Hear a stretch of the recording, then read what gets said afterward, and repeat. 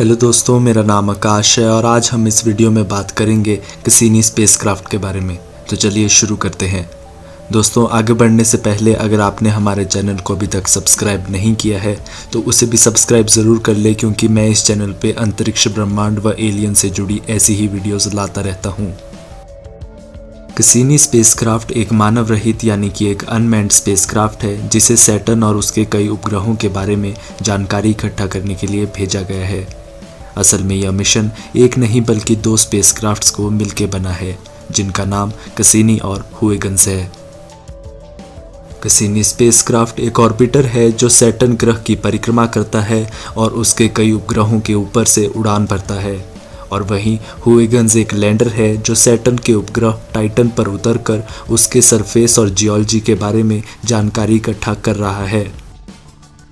Cassini हुएगन्स spacecraft एक high class orbiter और lander combo है जिसे नासा, ईएसए यानी कि यूरोपियन स्पेस एजेंसी और एएसआई यानी कि इटालियन स्पेस एजेंसी ने मिलकर बनाया है।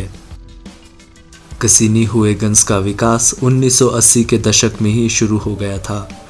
कैसिनी स्पेसक्राफ्ट का नाम खगोलविद जियोवानी कैसिनी के नाम पर रखा गया है, और वहीं हुएगन्स लैंडर का नाम खगोलविद और भौतिक विज्ञानी क्रिस्टियन हुएगन्स पर रखा गया है। कैसिनी हुएगन्स को अक्टूबर 15, 1997 को टाइटन 4 लॉन्चर की मदद से लॉन्च किया गया था।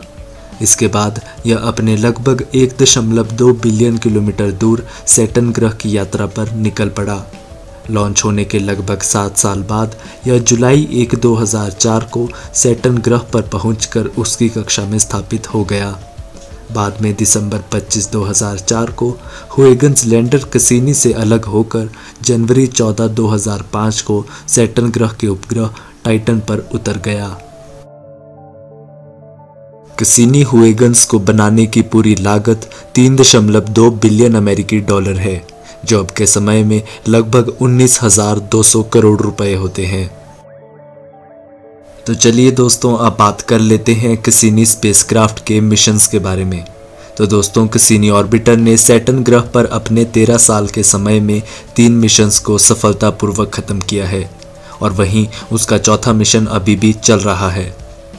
कैसिनी का पहला मिशन यानी कि प्राइमरी मिशन 30 जुलाई 2008 तक चला, लेकिन फिर उसके बाद कैसिनी को एक नया मिशन सौंपा गया जो जून 2010 तक चला, और उस मिशन का नाम कैसिनी इक्विनॉक्स मिशन था। फिर 2010 के बाद कैसिनी को फिर से एक नया मिशन दिया गया जो आने वाले 6.5 सालों तक के लिए चला, और उस समय में कैसिनी ने सैटर्न ग्रह की कई बार परिक्रमाएं की, और साथ ही साथ सैटर्न ग्रह के उपग्रहों टाइटन और एनसेलेडस के ऊपर से भी कई बार उड़ानें भरी। इस मिशन का नाम कैसिनी सोल्स्टिस मिशन था।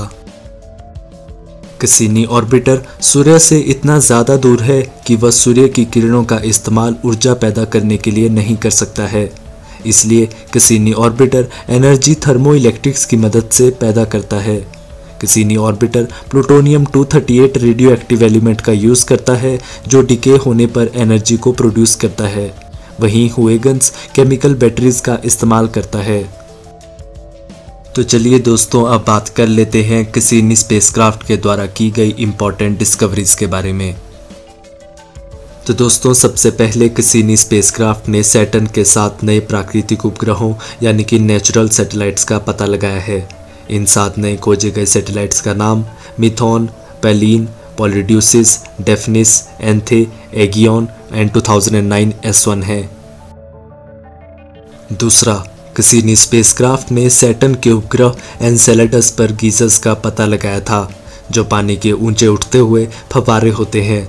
इन गीजर्स का अध्ययन करने के बाद पता चला कि एनसेलेडस पर अंडरग्राउंड ओशन है जो पूरी तरह से उसे ढका हुआ है। तीसरा, कैसिनी हुएगन्स मिशन के हुएगन्स लैंडर ने सैटर्न के उपग्रह टाइटन पर लेक्स, रेनस्टॉर्म्स और टाइड्स का पता लगाया था। यह लेक्स पृथ्वी के लेक से मिलते जुलते थे, लेकिन फर्क इतना था कि यह पानी की बजाय लिक्विड मीथेन से बने हुए थे। चौथा, कैसिनी ने सैटर्न ग्रह पर मौजूद एक ऐसे बादलों के झुंड का पता लगाया था जिसकी शेप हेक्सागन जैसी है।